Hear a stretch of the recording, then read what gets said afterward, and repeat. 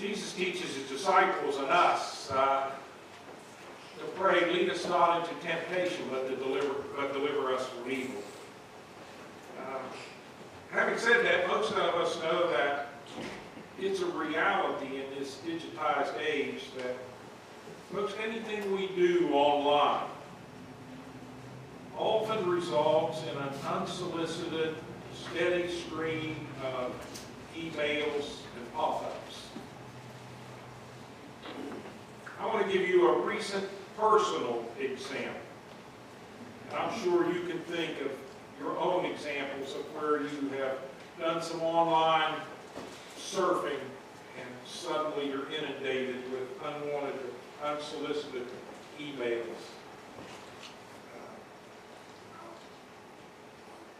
The bamboo fly rod is an iconic symbol of fly fishing.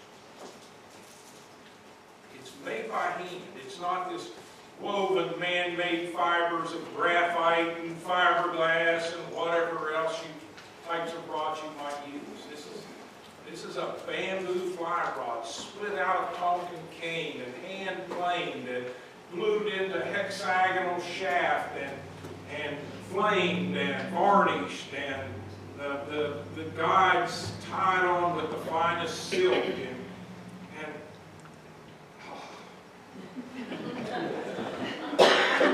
one of those has been my heart's desire, Dawn.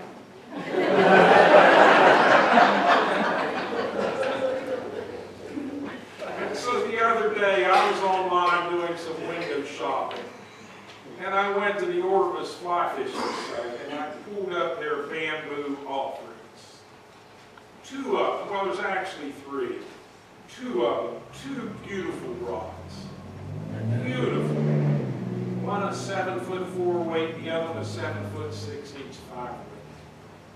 And both of them clear out of my price range.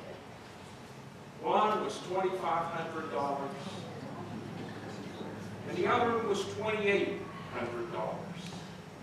Gorgeous.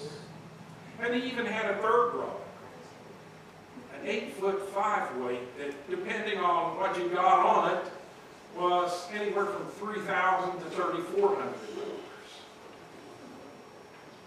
Oh, God.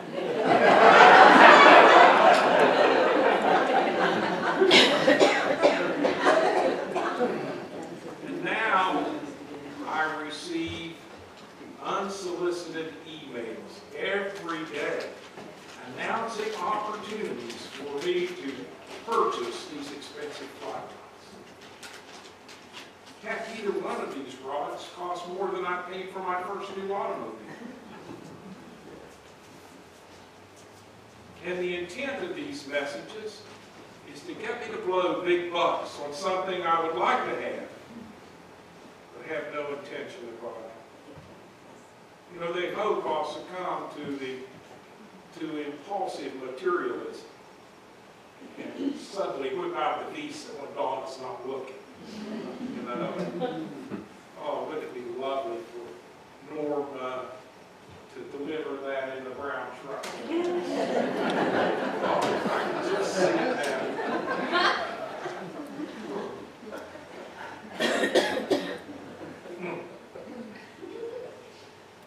I did have an opportunity to buy one about 10 years ago, a refurbished Orvis bamboo rod from a fly shop down in Morgantown for $500.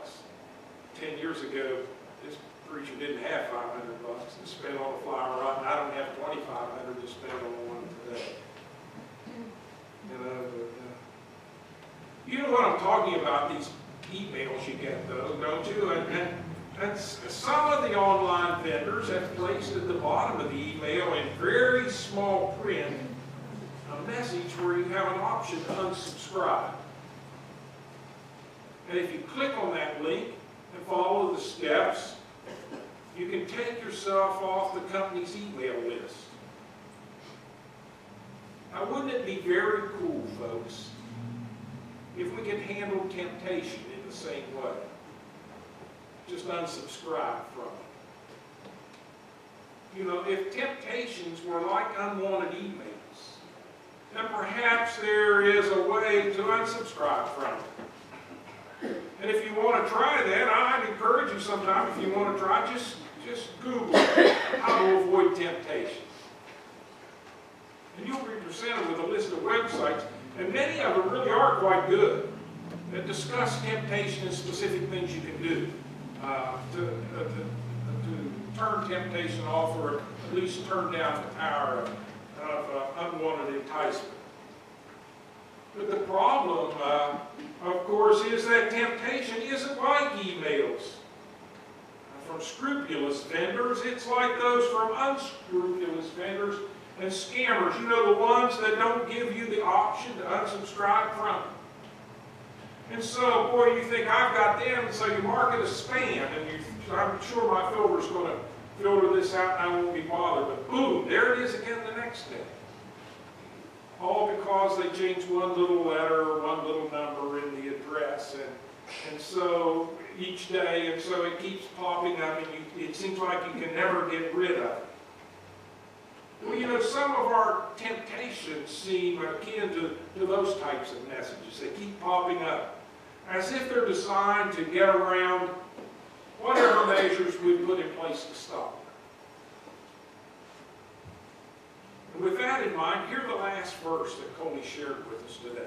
This verse is being used as the basis of hundreds upon thousands upon gazillions of sermons on temptation. But hear it again today when Paul says, "No testing has overtaken you that is not common to everyone. God is faithful, and He will not let you be tested beyond your strength. But with the testing, He will also provide the way out, so that you may be able to endure it." Paul has been writing about, as Coley said, God's exodus deliverance of the Israelites from slavery in Egypt. And from that, the apostle points to the theme of God's faithfulness, to say that God does provide paths of deliverance when we're tested.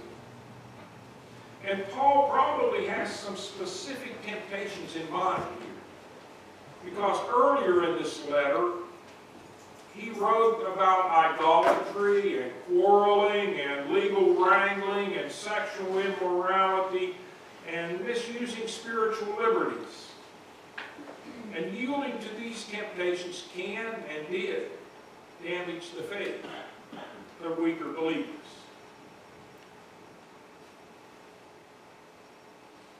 Is it possible not to yield? Recent research shows that some ways of saying no to temptation are more effective than others.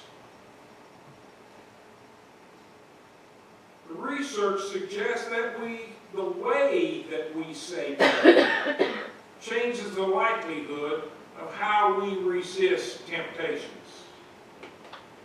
Researchers theorize that saying "I can't" reminds us of our limitations, while saying "I don't" reminds us of our power of choice. I'll give you an example here in just a minute. I can't and I don't are words that seem similar, and we often interchange them for one another. Psychologically, they provide very different feedback, though, and ultimately they result in very different actions. Let me give you an example. I can't order that absolutely gorgeous, beautiful, expensive flower because Donna might find out.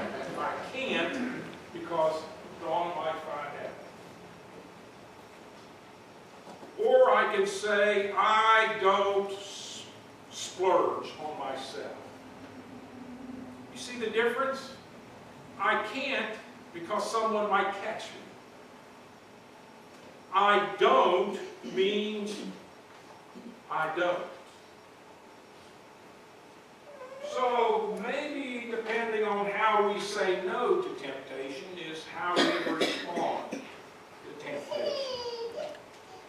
And they are affirmations affirmations of what we believe, reasons for why we do what we do, reminders of where we want to go, and reminders of whose we want to be. One little word: I don't. I don't. The third stanza of the hymn, "A Mighty Fortress is Our God," refers to one little word. And that stanza reads, "The Prince of Darkness grin.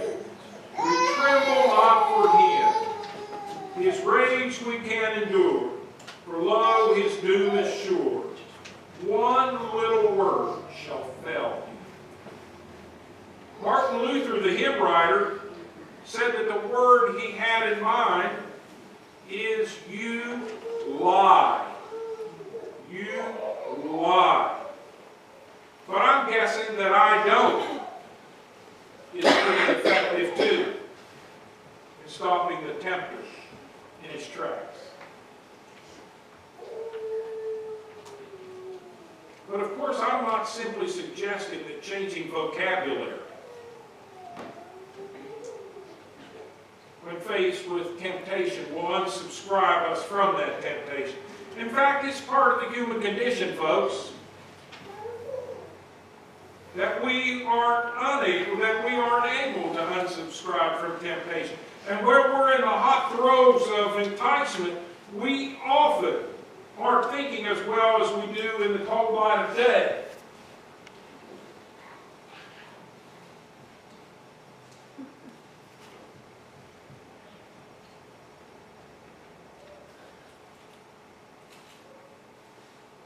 It's a good thing there isn't a fly shop around here that handles bamboo fly rods.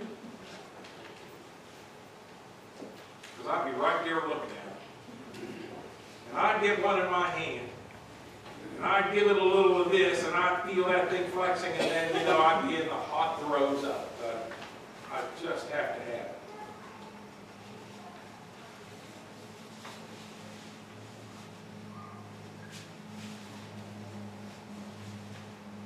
We can't unsubscribe from temptation, but we can avoid some of it. Turn down the appeal of others. And use the encounter as an opportunity to turn to the Lord for some help finding the escape route that Paul says God provides. And we can remember that no matter what wrong thing we might be tempted to do, those temptations never, ever separate us from the love of God. Never, ever. Maybe from Donna, but not from God. Bless her. I'm not getting that. Henry Now, one of my favorite Catholic writers, comments that our most significant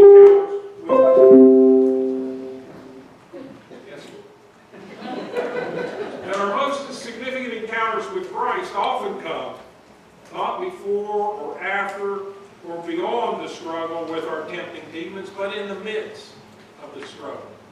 Most often our significant encounters occur. Christ comes to us, he says, at that moment and says, as soon as you turn to me, you see I was beside you. I've been known to cry out in those times, in Jesus' name be gone. I've been known to do that. Christ in the crisis. That's a promise. We can't unsubscribe from temptation. But we can subscribe to the help of the Lord.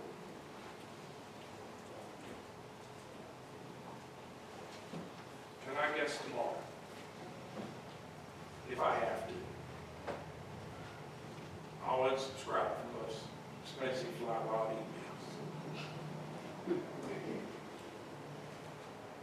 I don't want to.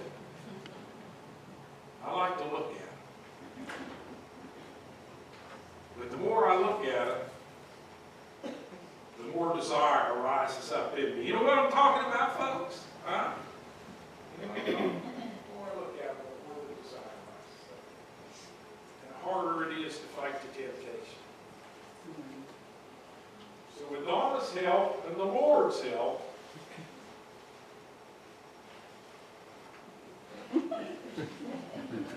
I'll get rid of those emails tomorrow.